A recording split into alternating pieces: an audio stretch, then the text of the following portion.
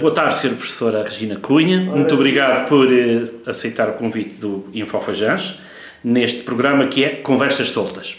Começava por perguntar, a Sra. Professora é natural de onde? Da Serra de Angra, da Ilha Terceira. Da Ilha Terceira.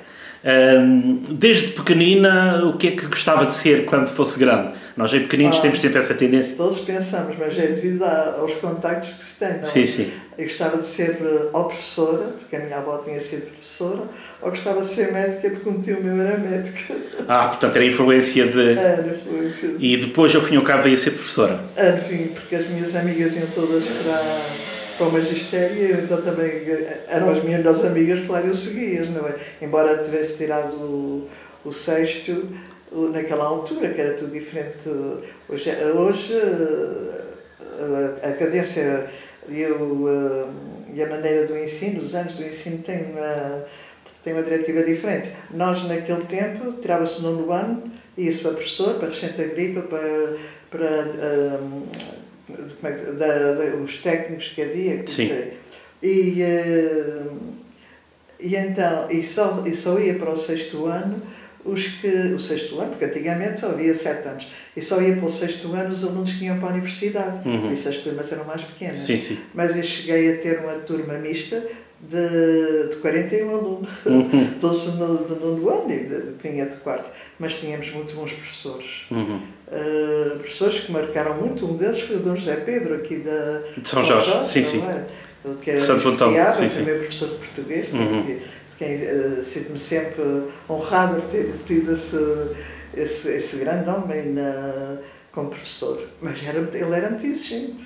Havia alunos que antes de entrar para as aulas dele se benziam. Pois, mas isso era bom. Pois era bom, porque havia exigência. Mas hoje em dia o sistema de educação, se for assim, se calhar é complicado. Uma juventude sem exigência é perigoso. Sim. Quando, depois, em que ilha foi que começou a dar aulas pela primeira vez? Foi mesmo na Terceira. Foi mesmo na Terceira. Volta às Covas, depois fui para a Praia da Vitória, e depois estive na Serreta, depois casei-me e vim para cá. Ao casar-se é que veio para São Jorge. Veio para São Jorge. Portanto, São Jorge nessa altura ganhou mais uma habitante e uma mais-valia. Não. Sim, mas no desenrolar da conversa vamos ver que sim. Mas foi difícil no princípio, porque... Isso é o que eu ia perguntar. Deixar a nossa ilha, a nossa família, a nossa casa, a minha sé, os meus amigos, isso no princípio foi um bocadinho difícil.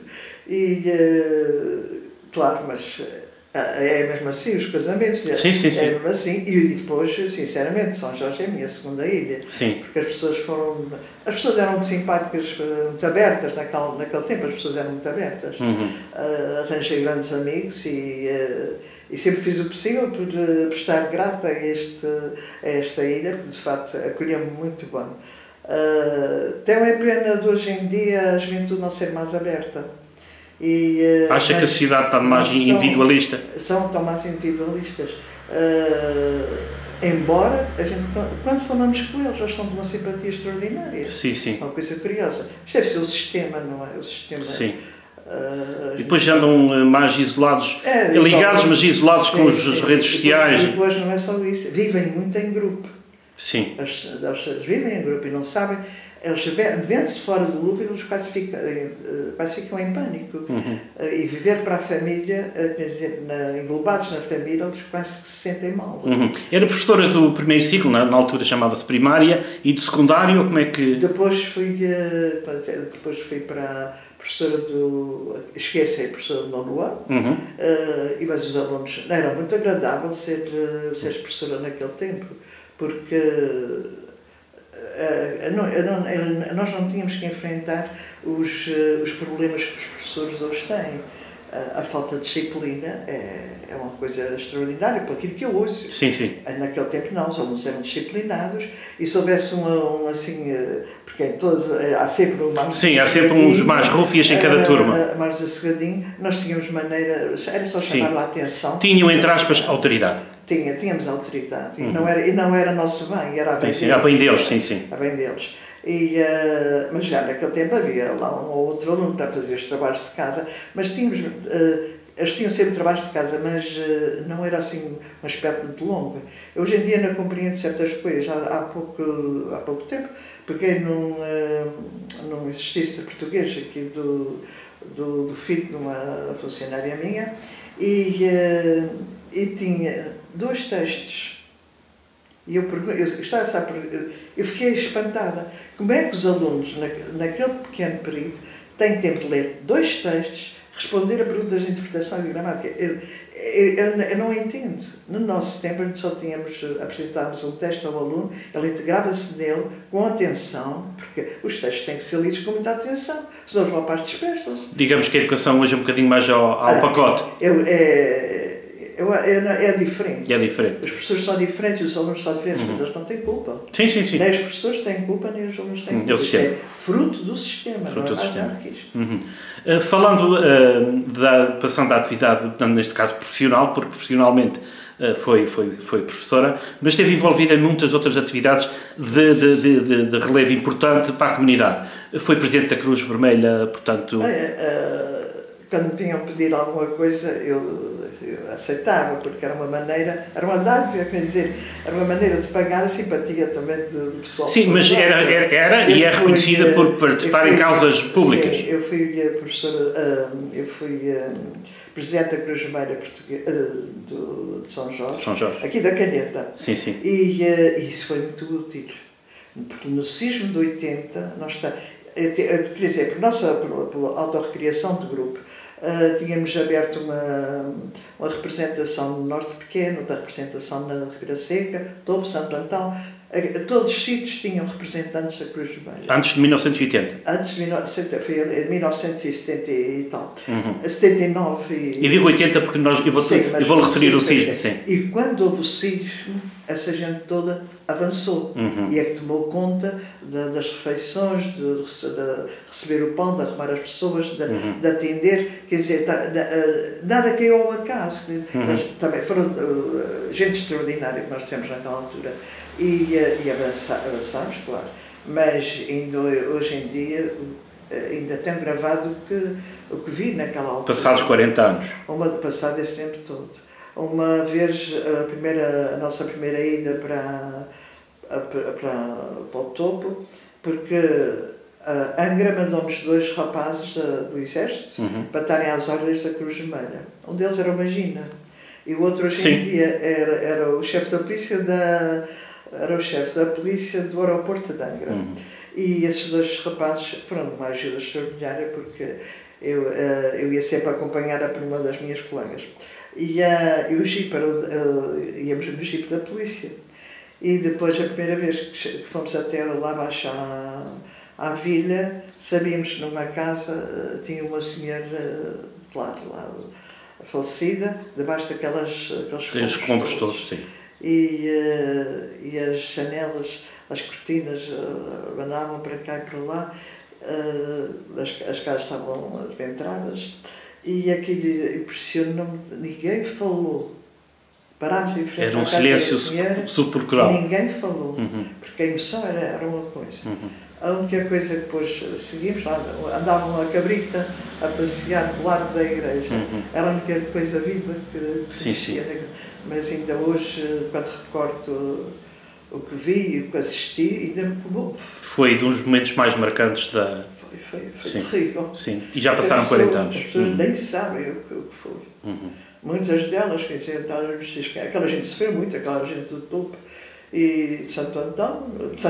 Santo Antão e Topo, sim. Aquele recanto sofreu muito. E vi lá coisas extraordinárias. Uma senhora, por exemplo, estava lá acomodada numa daquelas barracas armadas pelos americanos e também pelo nosso exército, e ela, coitadinha, o que ela tinha levado. Não tinha, senão... Era uma imagem de Nossa Senhora. Uma imagem de Nossa Senhora. De resto não tinha levado nem roupa, nem nada, porque não teve tempo. E depois, passados dias, as pessoas estavam sentadas à frente das suas casas todas arruinadas, um aqui, outro lá, parecia que estavam num velório. Sim. Quer dizer, amarradas, não sei cá. Sim, sim. Nem a destruição as afastava. Sim. Isso foi muito marcante. Já lá vai, sim. Graças a Deus, as casas já estão... Mas, por isso, sim, já lá vai, mas há 40 anos, a senhora professora, na altura, Presidente da Cruz Vermelha, e todos os núcleos que estava a falar, tiveram um papel muito importante nesse... Sim, eu sinceramente. E quando teve cá, naquela altura, o como é que ele se chamava, que era presidente do PSD, que era do continente, como é que ele se chamava, agora não digo o nome dele. É o fundador do o Pinto Balsemão? Não, o outro. Sá Carneiro. Sá Carneiro veio a São Jorge. E claro, ele agradeceu muito à Cruz Vermelha o que estava vendo. E depois a seguir veio também o presidente Ramariennes, a figura que também me impressionou muito.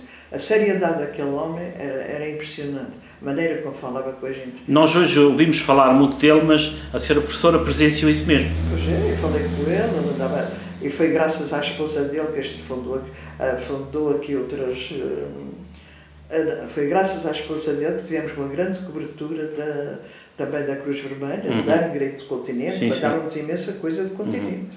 E ela também era uma pessoa extraordinária, mas ele era uma pessoa cativante na sua seriedade. É uma coisa... E o que me ficou como é que se chama? Sá Carneiro. O que me ficou foi o aperto de mão dele, que era muito forte. Vigoroso. Para mim, como senhor, aquele aperto de mão... Mas dizem que o aperto de mão de um ser humano... Tem uma personalidade. Tem a personalidade. E o que tem mais forte... Uma coisa que marcou foi ver o Cavaco Silva acompanhava-o ali como Ministro das Finanças, e ele saiu do grupo, não andava aí no grupo, saía do grupo e andava em cima das paredes a observar tudo o que estava destruído. Era das finanças. Das finanças. Era das finanças. Pois. E isso, quer dizer, chamou-me a atenção, só pequeninas coisas.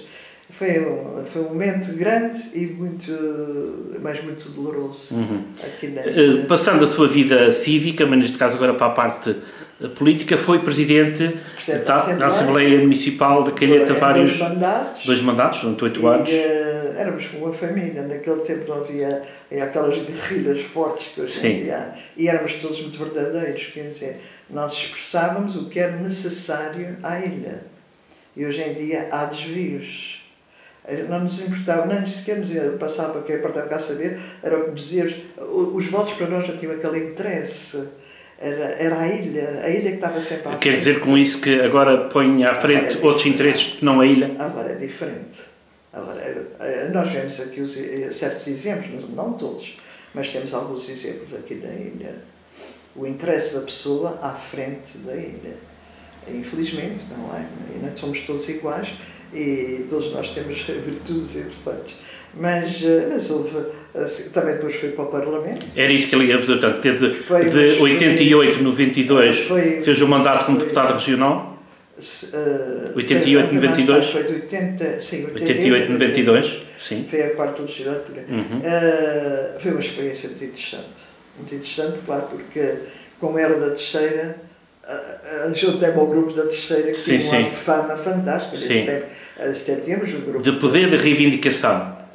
Não era, mas era uma reivindicação com objetivos e com justiça. Quer dizer, a gente batia murro no grupo parlamentar, nós quando lemos, porta PSD. Mas nós quando lemos alguns documentos dessa data, vemos muito a palavra desenvolvimento harmónico. É uma coisa que nós hoje em dia não falamos. Eu vou dizer uma coisa que eu digo a quase todas as pessoas.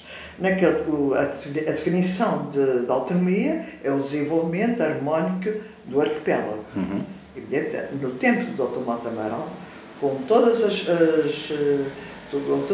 virtudes que tem e com todos os defeitos que tem, porque todos nós temos, o senhor investiu, foi no arquipélago, tinha espírito de arquipélago. Entrou o Carlos César, e o Carlos César tem espírito só de ilha. E foi o que... eu fui das primeiras pessoas, posso acabar disso, que cheguei ao Congresso do PSD em São Miguel e que chamei a atenção para a desertificação das ilhas. Porque, claro, eu tinha... Sim, e tem escrito muito sobre isso. E claro, isto tem sido um desastre autêntico. As pessoas, naquele tempo havia políticas de fixação de jovens, através de certas coisas, representações das próprias secretarias, e isso fixava as pessoas, e agora não há políticas nenhumas de fixação de jovens. Quer dizer, eles ficam todos lá. Porque antigamente, enquanto tínhamos uma imigração pobríssima de São Miguel para cá, agora damos uma imigração para lá riquíssima, que é os nossos jovens todos licenciados. E, bem, ao mesmo tempo, temos este aspecto de gratidão, temos sido úteis àquela camada que precisava, porque a gente sabe perfeitamente como era São Miguel antes da autonomia. Com todo o respeito, porque sempre eu tenho grandes amigos de lá, mas eles também diziam a mesma coisa, mas também tenho amigos muito engraçados.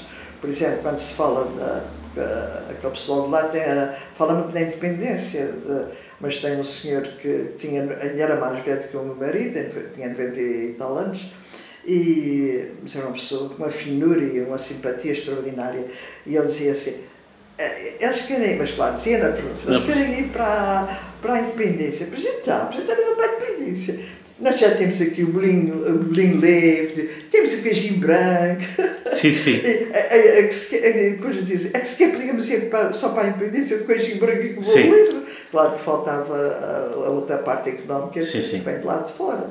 Mas tenho grandes amigos lá e gosto. Mas ia dizer uma coisa sobre... Estávamos a falar dos 4 anos enquanto deputada, que ia-se juntar, digamos assim, ao grupo da terceira. O Dr. Monteiro ter uma visão de arquipélago e o César ter só uma visão de ilha. E isso é que abafou o futuro das ilhas todas. Sobretudo estas mais pequenas. A terceira então, tem sido uma mártir. Pedras em todas as ilhas já há a primeira pedra. Sim. Temos uma pedraria nessas ilhas que é uma coisa sim, mas a da terceira não nascem. A da terceira também é, mas o que é que não passa depois da pedra? Deitaram lá assim, da Porto Pipas. E é tudo assim, é que faz pena, porque a harmonia está em desarmonia, não é? O desenvolvimento não existe. Concentraram tudo, o turismo foi tudo concentrado lá. A gente já sabe o que é que está acontecendo lá, um desastre, coitados dos povos, porque houve muita gente que gastou o que tinha e o que não tinha para fazer habitação local e etc. E mesmo no emprego, isso foi extraordinário, não era uma mais-valia para o emprego, mas o que é que não se lembraram de distribuir de fazer mais portas de entradas nas outras ilhas, não é? Que entrava tudo por ali. E claro, e a gente sabe como é que foram feitos os reclames, gastou-se tanto dinheiro nos reclames do turismo para o estrangeiro e eu uma vez cheguei a ver um carro que dizia visite, um autocarro, visite Ponta Delgada, nem sequer era São Miguel, era Ponta Delgada. Eu acho que também, quer dizer, Ponta Delgada fez um círculo e só a Ponta Delgada é que existe também em desfavor do resto dos concelhos de São Miguel. Sim, acha que mesmo dentro da ilha de São Miguel existe? É só aquele círculo, está tudo ali metido, o que também não é bom, não. Mas olha, eles querem assim, mas nós vamos estar talvez melhor desta crise de agora do que eles. Porque como tínhamos pouco... Sim, em matéria de turismo aqui dependíamos menos, mas também, vamos defender com aquilo que tínhamos. Agora vamos lá ver se o nosso queixo também não é penalizado. Não desvaloriza. Continuando geograficamente e politicamente falando, vive em São Jorge, mas vive mais concretamente, digamos, no concelho da Calheta. Que retrato, de uma forma muito breve, faz do concelho nesta data de 2020? Isto antigamente era totalmente diferente. Eu quando cheguei cá havia 2 fábricas de peixe, havia gente, aí que era uma coisa medonha, havia 7 e 8 treineiras nesse caso, havia o Lima aqui todas as semanas, havia os iates 4 vezes por semana, havia cinema, isto quer dizer, havia alegria. Isto foi andando. Claro, a evolução tem um preço também. Isso também é o preço da evolução. Mas a gente sabe o que é que se passa. Se não fossem os barcos nós popularmente chamamos os barcos da Graciosa, era assim o que é que já nos tinha acontecido. Porque eles, ainda por cima, só podem andar neste meio até a Flores, mas não podem ir para São Miguel vão para São Miguel vazios, e se forem para São Miguel tem que ser vazios, e se vierem São Miguel tem que vir vazios. Quer dizer, eu não percebo esta autonomia, nem percebo aqui esta democracia. E portanto, eu já uma vez até, mas seriamente, escrevi um artigo e dizia assim, deem uma medalha aos barcos da Graciosa, porque a gente deve-lhes muito, E, bem bom, temos agora este... Mas em 40 e tal anos nunca se ter feito um barco, tipo Ponta Delgada. Sim.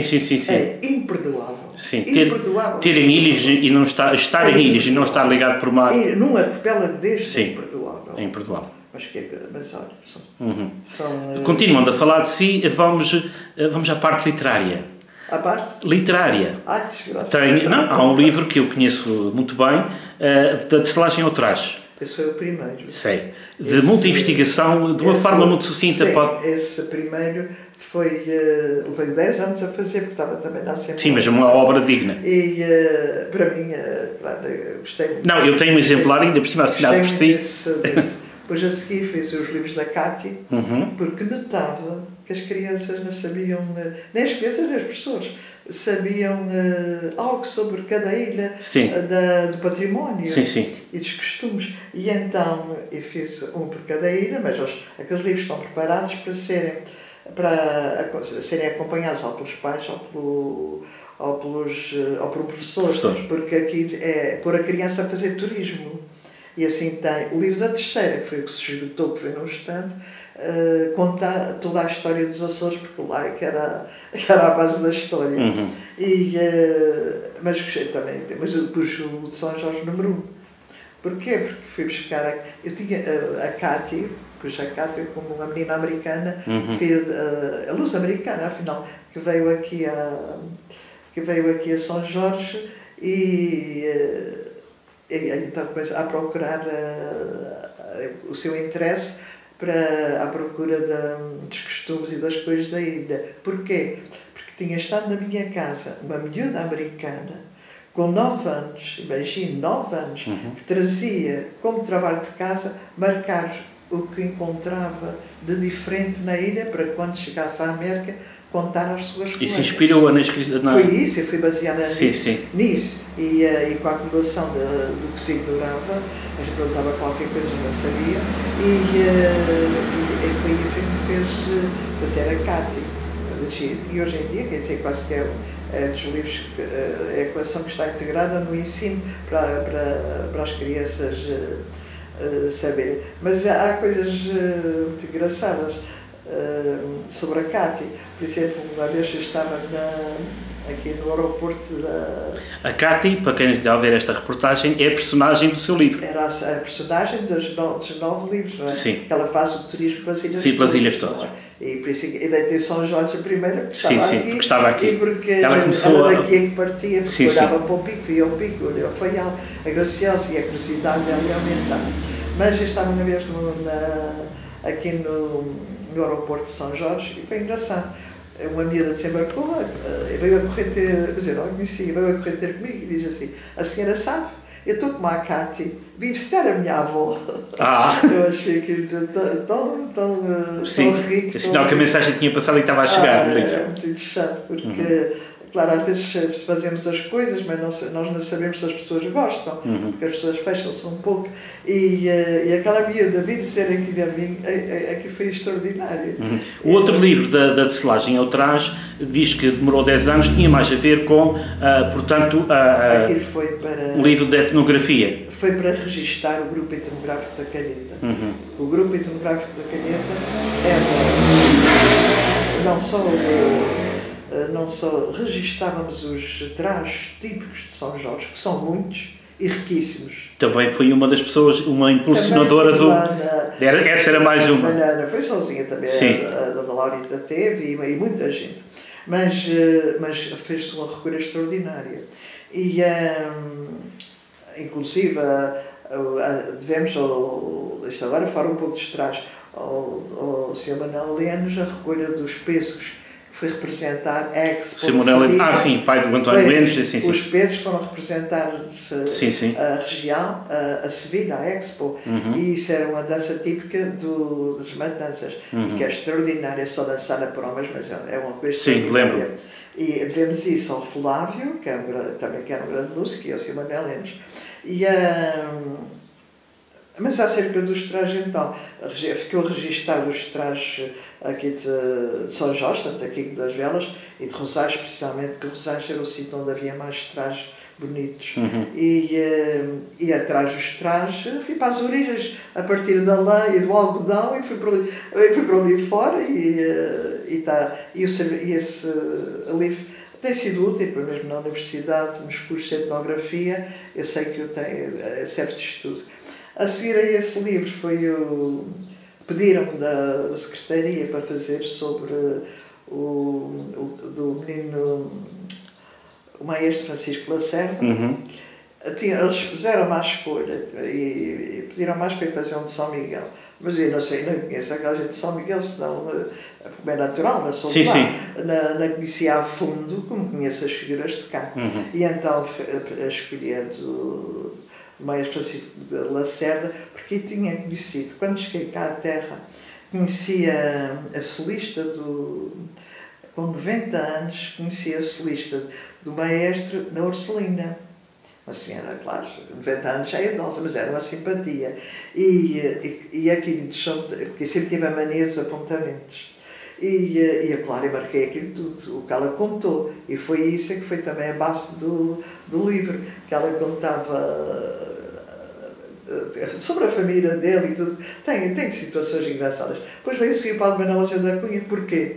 Porque encontrei-me com 3 alunos do 11º ano, dirigi-me a eles. E perguntei assim, vocês sabem que razão é que a vossa escola se chama Escola Padre Manuel Lacerda da Cunha? E eu disse assim, eles ficaram assim com a cara de sério, olhar para mim, e um disse-me assim, é porque era padre. E o outro disse-me assim, é porque era boa pessoa. E o terceiro disse, desculpa o termo, disseram assim, é porque ele escreveu uns livros muito chatos. E eu, em vista disso, escrevi então a vida do Padre Lacerda da Cunha para dirigir aos alunos. E tenho oferecido, mas já mais de uma vez oferecido aos alunos, porque ainda tenho alguns. E eu só lamento muito não haver uma lápide com o nome de Padre Manuel Lacerda da Cunha no Passal, porque ele faleceu, foi ali. E não há... Mas isso pode ser uma sugestão que está a fazer agora? Não, mas eu já pedi aos políticos. Mas eu digo a sugestão é porque está a dizer uma coisa agora em público. Mas eu acho que se temos aquela grande figura aqui, sim. Ele, e eu, naquele tempo, o meu marido diz, e eu também apanhei isso, qualquer coisa que não se sabia, a resposta é, está no livro de Padre. Sim. Aquele livro é uma enciclopédia. Sim, mas eu digo, é a Bíblia, sim, a nossa Bíblia, sim. Porque, embora no sentido de aspas, porque ali está os nossos mandamentos todos que houve aqui, é extraordinária aquela obra, feita naquela época e tudo. E eu sempre admirei muito o Padre Cunha, porque quando cheguei cá também, a minha sogra tinha os originais do livro, os originais, e eu comecei a ler, de facto... Encantou. A diversidade que ele conseguiu meter naqueles livros é uma coisa extraordinária. E para quem anda a fazer trabalhos de recolho, isso são pérolas. Sim, depois a seguir então foi o... que deu-me muito gosto fazer esse, foi... De gosto, entenda-se. No desgosto deu-me gosto, que foi os registros do Cisne do 80. Sim. Porque, claro, eu tinha assistido a tudo isso, o tempo passa... Escreveu na primeira pessoa. E o tempo passa e se anotar, foi de repente, e se não anotar isto, depois não há testemunho nenhum. E dentro de um certo amadorismo, claro que ele é mesmo assim, mas os que vierem atrás façam melhor. Sim, não, eu conheço o livro, tive no lançamento. É só nesse aspecto, que vierem atrás façam melhor, porque eu deitei ali o que apanhava, o que sabia, e claro, foi também uma homenagem quase àqueles que tanto trabalharam no... Sim, e para quem viveu, porque em 1980 vivia em Santo Antão, e para quem não vê esta reportagem, já agora a senhora professora foi minha professora, portanto eu lembro-me disso, e de nomes que fala nesse livro de 1980, eu era criança, mas eu lembro-me desses nomes de pessoas que faleceram, as situações que descreve lá, é um livro muito, muito importante. Pois é. Felizmente também eu tenho na minha biblioteca assinado por si. Falhas, não é? Mas como acontece em todos os livros, não, como tudo feito por si, é feito com rigor. Mas olha, É feito com rigor.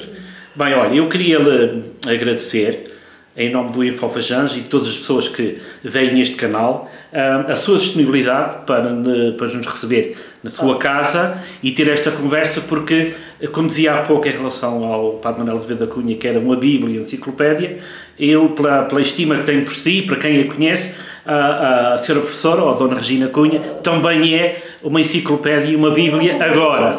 E para a memória futura, daqui a 50 anos, há de estar cá, mas eu já não vou estar, e depois fica para registro também esta conversa. Não, a idade ensina-nos muito. É ensina. Não é por saber mais ou menos, é a idade é que concentra muita coisa. Muito obrigado, sim? Nada, mas eu gostei muito de prazer. É sempre agradável falar com os nossos alunos. Sim, um antigo aluno.